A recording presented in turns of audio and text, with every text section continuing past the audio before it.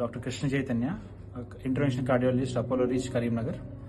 మా దగ్గర 52-year-old అజ్మతుల్లా బేగ్ గారు మేజర్ హార్ట్ అటాక్తో వచ్చారు. దీనికి QRBBMI అంటాం. యాంజియోగ్రామ్ చేయగానే 100% బ్లాక్ ఉందని తెలిసి ఇమీడియట్గా స్టంట్ వేసాం. కానీ పల్మనరీ ఇడిమాలో ఉన్నారు ఆయన.